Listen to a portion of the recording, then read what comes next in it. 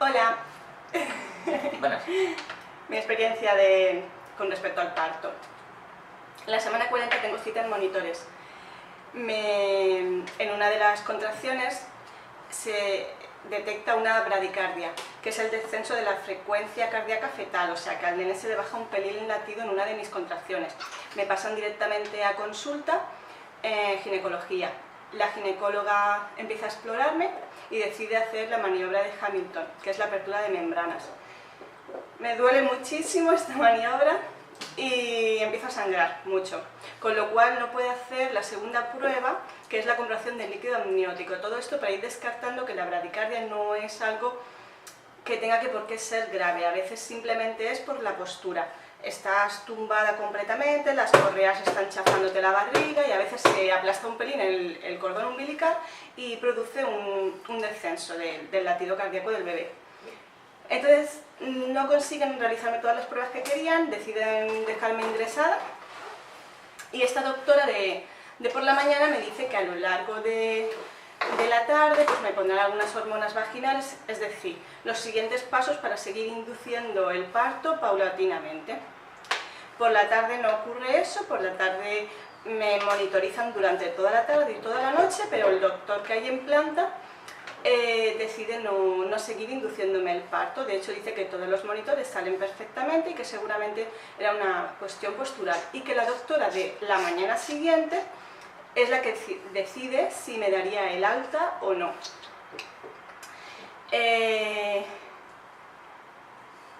Vaya, nosotros nos quedamos un poco contentos como diciendo, ay, porque claro, empezar un parto de forma natural y en casa no es lo mismo, porque la palabra de parto inducido pues da un poco de respeto porque nunca sabes cómo vas a aceptar la medicación, cómo va a acabar todo, entonces claro, siempre intentas agarrarte a esa noticia. Por la mañana vamos a consulta otra vez de ginecología y la nueva doctora, ya vamos por el tercer doctor, porque claro, estamos hablando de la seguridad social, no es como en el privado que hay un doctor que te sigue todo tu parto. Entonces aquí cada turno es un profesional, con su propio librillo, con su propio método de hacer las cosas, con su propio juicio, y es el que decide. La doctora de por la mañana decide llevarme a paritorio en ese mismo momento, que nosotros ni siquiera habíamos pensado que iba a ser tan rápido. Y nada, esta doctora, no como los anteriores, la verdad es que además de que nos dice la noticia un poco de sopetón, de forma un poco borde y un poco brusca, como en plan de que el nene había que sacarlo de ahí sí o sí ya. Nosotros, perfecto, si era lo mejor para el bebé, porque como si me tenían que abrir ahí en ese momento sin anestesia ni nada, obviamente. Pero claro, no dejas de quedarte un poco así. Vamos a paritorio y empiezan con la inducción al parto. Empiezan con hormonas vaginales, me empiezan a dar contracciones, la verdad es que muy pronto. Lo siguiente fue la rotura de bolsa. Inducida. La rotura de bolsa me la rompió la doctora, que iba a llevar mi parto durante la mañana. Y empiezo enseguida con unas contracciones de parto muy fuertes, que de hecho no llegan a tener bajada, o sea, tienen picos muy altos, se quedan con dolor constante a la mitad, no llega a tener esa bajada que normalmente tiene un parto natural, que en esa bajada es cuando tú te recuperas un poco, te preparas para la siguiente contracción. Bueno, pues mis contracciones nunca llegaban a bajar del todo, se quedaban como a la mitad, el dolor era constante y tenía picos de dolor aún más agudo. Cuando bajaba un pelín se volvía a quedar en la mitad, o sea, el dolor era en una línea constante con picos aún más agudos. Ven que las contracciones están siendo tan fuertes que deciden ponerme la epidural estando apenas de 2 centímetros dilatada, que normalmente la epidural la ponen con 5 centímetros, pero a mí me estaba haciendo mucho efecto las hormonas, la oxitocina, que en ese momento ya me estaban poniendo también, era todo brutal, y me ponen la epidural muy pronto también. Bueno, la epidural, al igual que la oxitocina, me hace muchísimo efecto. Yo no sé si es porque yo casi nunca tomo medicación, casi siempre estoy con homeopatía, cosas naturales o qué, pero iba todo a lo bestia. Con la epidural me quedo dormida literalmente. De hecho, a veces me despertaba, era como medio consciente de dónde estaba, intentaba hablar con Sergio, yo pensaba, madre mía, pobrecito, lleva muchísimo tiempo aquí, estará aburrido, pero yo todo eso lo pensaba con los ojos cerrados y me costaba muchísimo levantar los párpados, era, pues eso, completamente drogada. Ni una televisión, ni un periódico, ni internet, nada. Ahí la... Pobrecillo. Ay, mi chiquitito, mis dos amores. Y nada, total, que lo bueno de todo este parto, que toda la dilatación la hice estando dormida. O sea, mi cuerpo iba funcionando solo, yo estaba anestesiada y la oxitocina iba haciendo su trabajo de ir dilatando. Llegué a dilatación completa muy pronto, a las 9 de la noche, cuando tenían previsto nuestro parto para las 3 de la madrugada. Más o menos pues, las estadísticas, ¿no?, que tienen ellos, pues un parto inducido, pues las horas que normalmente tarda. Las horas que normalmente tarda un parto inducido y tal, pues más o menos nos tenían así como previstos para las 3 de la mañana. A las 9 de la noche estoy en dilatación completa. A mí se me había ido ya un poco a esas horas el efecto de la epidural, un poco. Me refiero, las piernas las tenía bastante dormidas, pero lo que era la zona vaginal notaba una presión muy fuerte, que era el niño ya encajado y empujando, y las contracciones también las notaba, me empezaban a doler bastante. Entra el matrón que me estaba llevando el parto y me pregunta, bueno, ¿estás ya de dilatación completa? ¿Empezamos ya con el parto o quieres un poquito más de anestesia y tal? Yo me quedo un poco perdida porque además de estar todo el día medio drogada tampoco sabía muy bien ni lo que me estaban preguntando, solamente estaba como escuchando de que el parto ya iba a empezar, lo que era el expulsivo, lo que era el pujos, lo que era conocer al bebé. Estaba ya súper emocionada con ese momento, pero claro, en mi cara tampoco era capaz de expresarlo porque al mismo tiempo estaba sintiendo los dolores de las contracciones, entonces yo estaba medio gimiendo, medio retorciéndome, pero pensando en que ya iba a empezar todo. Ellos mismos deciden ponerme un poco más de dosis de epidural. Los escucho hablar entre ellos y le dice el matrón al anestesista, mira, a esta chica le vamos a poner un pelín más de dosis y la pobre ya por lo menos que tenga un parto sin dolor después de todo lo que ha pasado, pues que tenga un parto sin dolor y ahora en 20 minutos o así pues volvemos. De 20 minutos a media hora, que es lo que hace más o menos el efecto de la epidural y tal.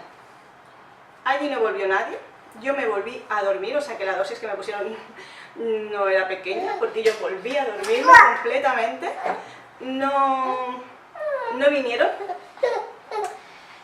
seguramente se irían a otro paritorio, se les complicaría la cosa o lo que sea. Yo me desperté sobre las 10 y cuarto, le pregunto a Sergio que qué hora era, que qué había pasado, que qué pasaba, que no me habían dicho que ya iba a empezar los pujos. Bueno, yo no me estaba como muy sedada, que sí, es que yo estaba muy perdida, no me enteraba bien. Y empezamos a tocar la campanilla, no venía nadie. Al final, 10:30 o algo así, se asoma una matrona que vemos que no era la misma y empezamos a sospechar que hay cambio de turno, porque claro, como estábamos un poco perdidos con la hora, viene corriendo y me dice, ah, sí, claro, tú ves empujando y se va corriendo, pero ni me mira, ni mira los informes, ni mira nada, se va. Nosotros nos quedamos como diciendo, pero esta tía ¿quién es? ¿Qué nos ha dicho? ¿Qué pasa aquí? No sé. Ya empezamos a mosquearnos un poco, porque de estar en dilatación completa a las 9 de la noche y ser ya esas horas y ver un poco todo el descontrol, él se acerca a la puerta. Él también quiere decir su versión de capreo aquí a muerte. Muy bien, cariño, apoyando a tu madre. Él se acerca a la puerta, empieza a tocar a la puerta porque con la campanilla no nos hacen caso. En la puerta escuchamos de que están hablando tranquilamente, porque esa semana era la feria de Málaga, era la feria, agosto, luna llena, paritorios llenos, falta de personal, la mitad de la plantilla, en fin, todo eso. Y entran a paritorio a las 11 de la noche, a las 11. De hecho, entran a nuestro paritorio, no es que estuvieran en otro paritorio con complicaciones o algo, entran poniéndose las batas, o sea, llegaban en ese momento a trabajar. Ellos cuando me ven, cuando ven el informe, cuando ven que el niño está encajado, cuando ven que llevo así desde las 9 de la noche, y que el niño lleva encajado 2 horas, bueno, Se asusta. al doctor se le queda la cara blanca, echan a mi marido, ponen protocolo de urgencia, deciden si llevarme a quirófano corriendo y hacer una cesárea para sacar al niño lo antes posible, o hacer una episiotomía más grande de lo normal y sacar al nene con forceps. 2 segundos. Al final deciden parto vaginal. Todo esto pasa a las 11 de la noche, cuando ven que yo estoy dilatada completa desde las 9 de la noche, que el niño lleva 2 horas encajado, que puede estar sufriendo falta de oxígeno y que el niño tiene que salir ya. A las 11 de la noche hay todo este revoleo, a las 11:05 el niño está en mi pecho.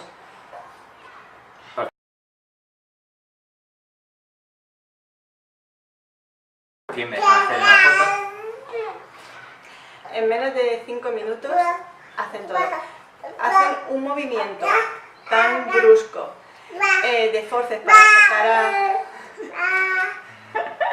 hacen un movimiento de forceps tan brusco para sacar al nene que yo me quedo con una lesión en la espalda, en la vértebra 5 y en el coxis, que a día de hoy todavía estoy esperando para una resonancia, que he estado con tratamiento antiinflamatorio para la zona muy fuerte, con un medicamento regenerador del sistema nervioso, 300 € masajista. no más, con diferentes sesiones de osteopatía.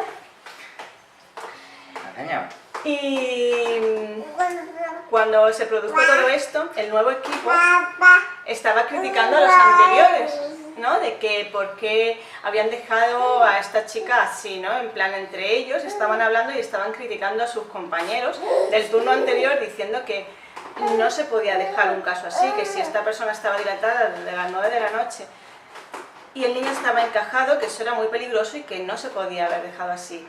Vale. Desde mi punto de vista, la única crítica que yo tengo al equipo anterior, porque me parece que me trataron genial durante todo el día, que estuvieron pendientes de mí y qué tal, la única crítica que yo tengo es en cuanto a la dosis de epidural. A día de hoy, en cuanto escuchara las palabras dilatación completa, aunque tuviera los dolores de contracciones, sintiera la presión, es que además esa presión y esos dolores de contracción me hubieran ayudado a empujar. Y yo, en cuanto escuchara eso, diría, no, más epidural no, por favor, empujo ya, necesito empujar y voy a empujar ya. Esa es la decisión que yo no volvería a repetir. Y eres un follonero, ¿verdad? Esa es la decisión que yo no volvería a tomar si me viera en esa situación. Y que recomiendo que, aunque duela, intentéis apretar los dientes y empujéis lo antes posible. Y no retrasar de nuevo el parto, porque pueden haber complicaciones por abusar de la anestesia. Esa es la única crítica que yo le haría al equipo anterior. A mí no me parece que el equipo anterior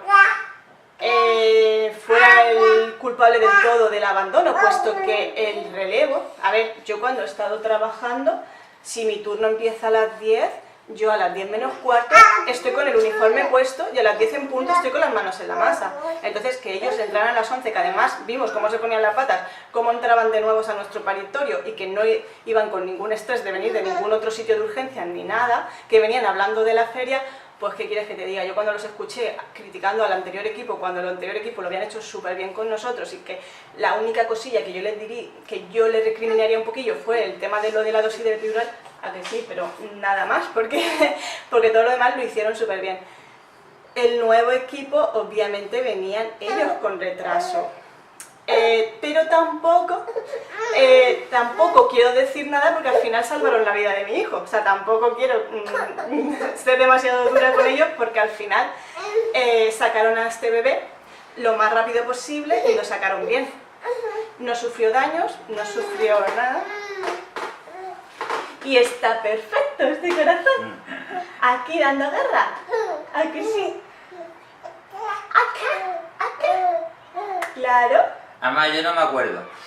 Yo lo único que diría para concluir es que cuando a ti te inducen un parto para prevenir, que me parece genial en el sentido de que ante todo prevenir antes que curar. Toma, corazón. Uy, qué cosita más chula. Bien. Cuando te inducen un parto para prevenir una posible bradicardia, que después se demostró que ni siquiera existía, porque realmente las bradicardias cuando hay oxitocina de por medio se disparan, y de hecho yo estaba muy cerquita de quirófano, porque si el nene no hubiera aceptado bien la oxitocina me metían de golpe para quirófano para hacerme cesárea. Pero las bradicardias son algo bastante común que la mayoría de las mujeres ni se enteran que tienen, pero que se suelen producir en los pujos cuando el bebé siente más presión, cuando está pasando por el canal de parto, siempre hay un descenso, suele haber un descenso del latido cardíaco. Entonces, en un parto inducido eso se incrementa, porque el bebé suele sufrir más, suele estar más tiempo presionado, porque el pujo se hace como el triple, tarda el triple de tiempo, porque normalmente en un parto inducido estás anestesiada, porque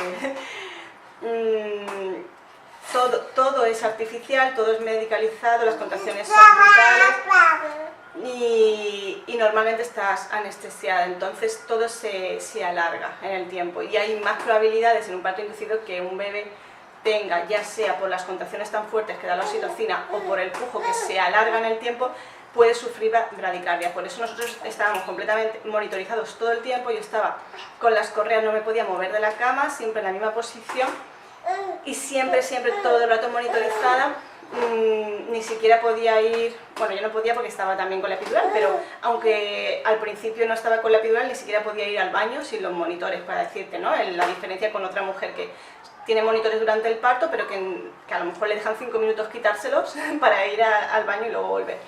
En ese sentido nosotros estábamos muy controlados, pero yo creo que conforme fueron pasando las horas, vieron que todo respondía bien, que el nene en realidad estaba bien y tal, se fueron relajando.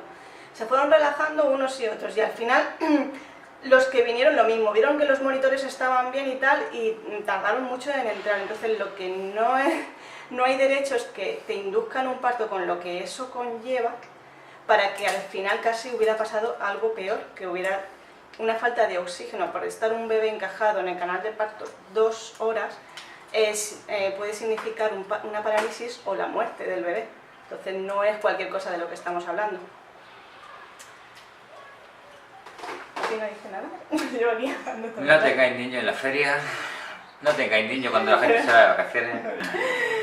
Un trauma, primero por tu mujer, segundo por el niño, tercero por el cabrón que coge. Bueno, él cuando le tiraron de paritorio y vieron el revoleo que se montó en los médicos y que dijeron que el niño había que sacarlo de urgencia, después de 2 horas esperando que entrara bien, se quedó en shock y le duró 3 días. Después del parto, 3 días de shock. Tú estuviste 3 días en shock. cabreado. O sea, es que no reaccionaba. Es que yo decía, mira, tenemos un bebé, no estás contento y tal, y él seguía bloqueado por el pánico que le había entrado en ese momento de decir, madre mía, que después de todo aquí va a haber un problema. O sea, le entró el miedo en el cuerpo y como que no lo soltó hasta 3 días después. ¡Hasta luego!